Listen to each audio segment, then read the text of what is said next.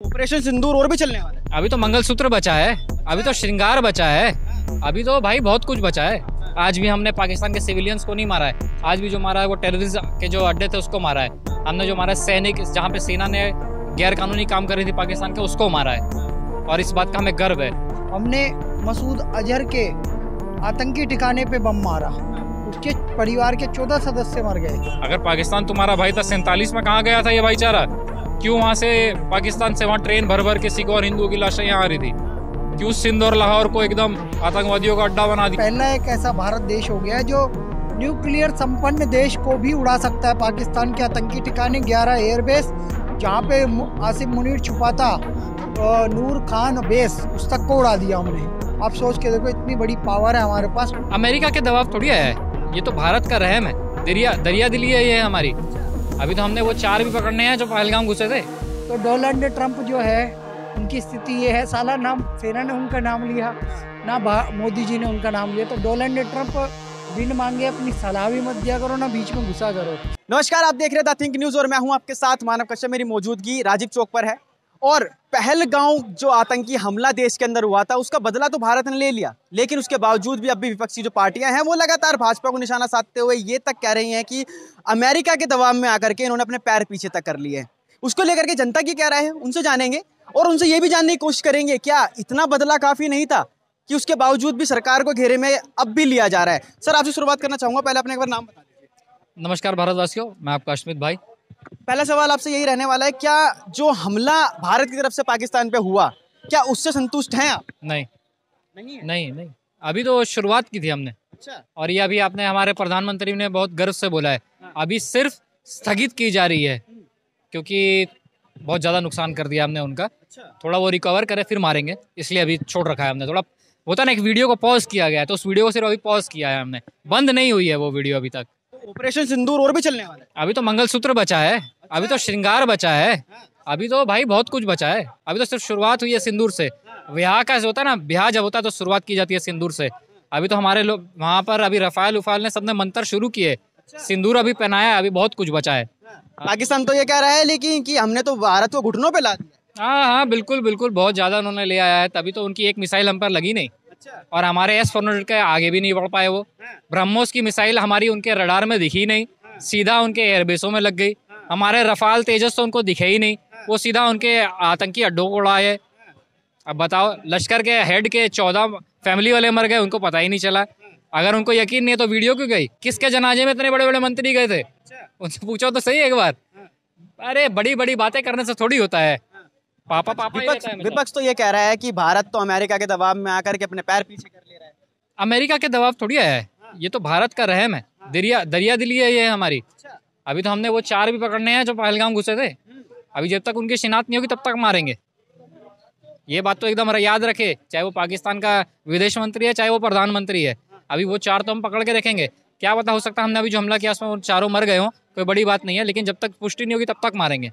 लेकिन बार बार विपक्ष का ये कहना कि भारतीय जनता पार्टी के प्रधानमंत्री हैं, उन्होंने किस अमेरिका के डोनाल्ड ट्रंप के दबाव में आकर के अपने पैर पीछे कर लिए, आर्मी को नहीं जाने दिया आगे। भारतीय जनता पार्टी के प्रधानमंत्री नहीं है, देश के प्रधानमंत्री है। ये उनके भी प्रधानमंत्री है, ये उनके खानदान के भी प्रधानमंत्री हैं। ठीक है, रही बात डोनाल्ड ट्रंप के कहने पे, नहीं, ये हमारी दरिया दिली है।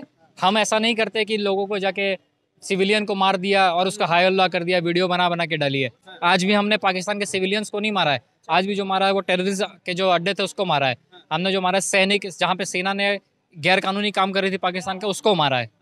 और इस बात का हमें गर्व है, हर भारतीय को गर्व है, 142 करोड़ भारतीय को गर्व है इस बात पे। लेकिन उसी भारतीयों में कुछ लोग ऐसे भी हैं जो अगर पाकिस्तान का झंडा रोड पे लगा दे तो उसको छुटाते हुए नजर आ रहे हैं। वो तो भिन्न प्रकार के है ही हमारे अंदर दोगले, भिन्न प्रकार के। अभी तो आप झंडे की बात कर रहे हो, यहाँ पे पाकिस्तान के जिंदाबाद की नारे लगा दे रहे हैं वो लोग।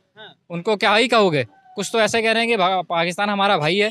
अगर पाकिस्तान तुम्हारा भाई था 47 में कहाँ गया था ये भाईचारा? क्यों वहाँ से पाकिस्तान से वहाँ ट्रेन भर भर के सिख और हिंदुओं की लाशें यहाँ आ रही थी? क्यों सिंध और लाहौर को एकदम आतंकवादियों का अड्डा बना दिया? वो तो हमारी पावन धरती थी। मोहनजोदारो, हड़प्पा, लाहौर, खालसा राज का लाहौर था। मोहनजोदारो और हड़प्पा वो सनातन की शुरुआत है, क्यों उसको बना दिया है? तो अब मैं यही कहूँगा कि अभी शुरुआत है, आगे भी पिक्चर बहुत बाकी है। बंगाल के अंदर प्रोटेस्ट लगातार जारी है कि पाकिस्तान का पानी रोक दिया, ठीक है, उसके पास लगातार उस पर अटैक कर रहे हैं, उसको लेकर के क्या करेंगे? वही, वहाँ पे भी भिन्न प्रकार के हैं दोगले। हर बंगाली ये नहीं चाहता है, क्योंकि मैं आपको अगर बंगाली कल्चर का सत्य बताऊं ना, हर बंगाली साल में 3 बार बोलता है और बहुत गर्व से बोलता है, जय माँ सरस्वती, जय माँ दुर्गो, जय माँ काली।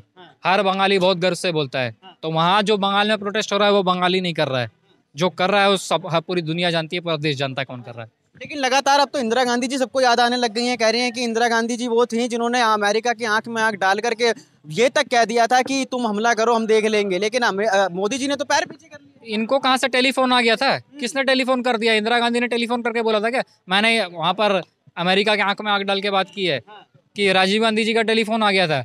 इंदिरा गांधी अगर होती तो ये जो हमने अभी सिविलियंस छोड़ के अटैक किया है ना, कि अपना टेररिस्ट के अड्डों पे और पाकिस्तान आर्मी के जो इलीगल कैंप्स है उस पे, अगर इंदिरा गांधी होती, अभी कांग्रेस होती, तो हिंदू मुसलमान के राइट्स हो रहे होते अभी के टाइम पे।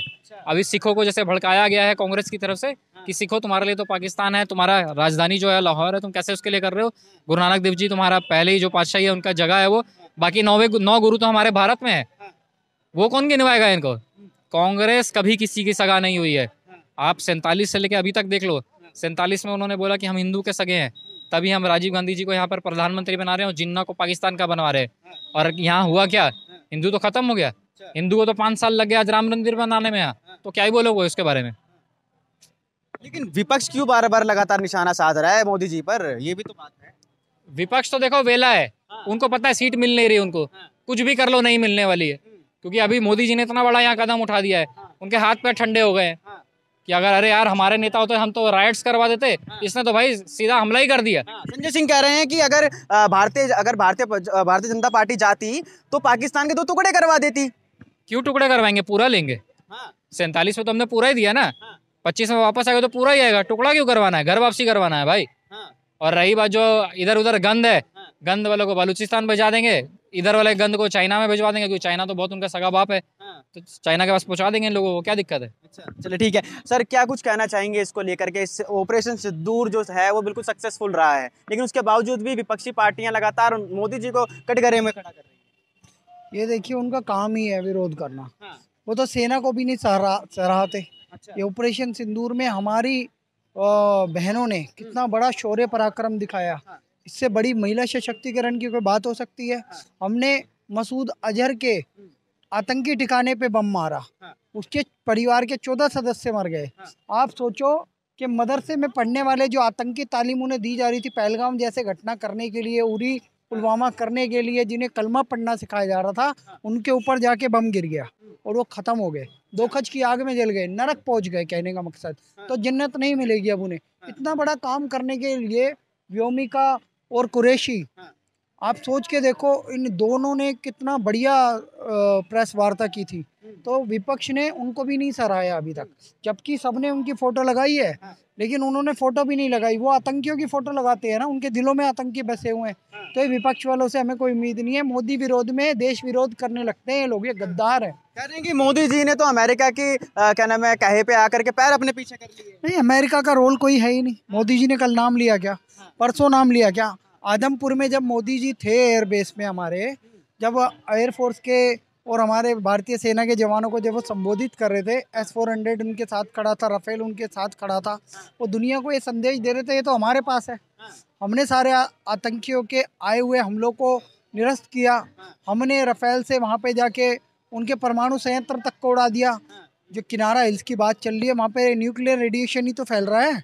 हमने सोचो पहला एक ऐसा भारत देश हो गया है जो न्यूक्लियर संपन्न देश को भी उड़ा सकता है। पाकिस्तान के आतंकी ठिकाने 11 एयरबेस, जहाँ पे आसिम मुनीर छुपा था, नूर खान बेस, उस तक को उड़ा दिया हमने।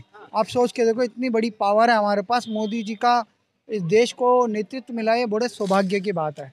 और पाकिस्तान मर रहा है, इसीलिए विपक्ष वाले कांप रहे हैं। पाकिस्तान तो ये कह रहा है कि हमने तो भारत को घुटनों पे ला दिया, जश्न मना रहे हैं। तो मनाने दो ना भाई। आप एक बात बताओ, वो तो कैनोपी लगा रहे हैं और वो नकली फोटो लगा रहे हैं राफेल की। उन्होंने कहा हमने 5 राफेल उड़ा दिए। तो उनकी मीडिया ने पूछा कहाँ है, उनके अंजर पंजर ही दिखा दो, तो फोटो दिखा रहे हैं। अरे वो सोशल मीडिया पे विश्वास करने वाले ऐसे नालायकों पे हम विश्वास करेंगे क्या?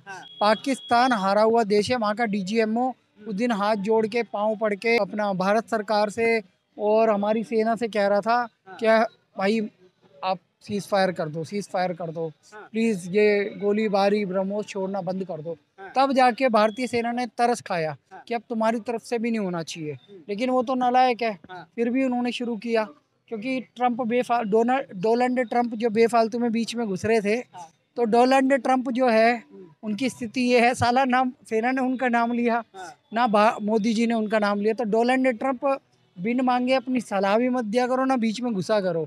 वहाँ पे आपका खुद का जहाज गया है और यह देख के गया कि न्यूक्लियर जो परमाणु संयंत्र वहाँ रखे थे वो लीक हो गए हैं, 3 से 4 वहाँ पे भूकंप आ चुके हैं और वो कोई प्राकृतिक भूकंप नहीं थे, वो अंदर ही फट गया है परमाणु बम उनका, ऐसी अपुष्ट खबरें आ रही हैं। तो हमने कोई वो नहीं किया है, हम तो मजबूरन, क्योंकि हवा चलेगी तो हमको भी नुकसान हो सकता है, तो हमने उन्हें टाइम दे दिया कि आप अपनी पॉपुलेशन को भी बचा लो, क्योंकि नागरिकों की तो इतनी गलती नहीं होती, आतंकियों को मारना हमारा वो था। तो हमने नागरिकों के लिए चलो भाई तुम अपने लोगों को बचा लो, और उसका रेडिएशन कम करने के लिए लीबिया से और कहीं कहीं से बहुत सारा वो आया, बोरोन या कुछ कहते हैं, वो एक केमिकल होता है, उसकी वजह से वो रुक जाता है, तो ये चालू है। देश के उनको क्या कहेंगे जो देश के अंदर पहले भी अगर रोड पे अगर पाकिस्तान झंडा लगा रहे वो छुटा रहे थे और अब बंगाल के अंदर प्रोटेस्ट कर रहे हैं? वो गद्दार है सर, वो सीपीआई वाले हैं, कम्युनिस्ट है, लेफ्टिस्ट है।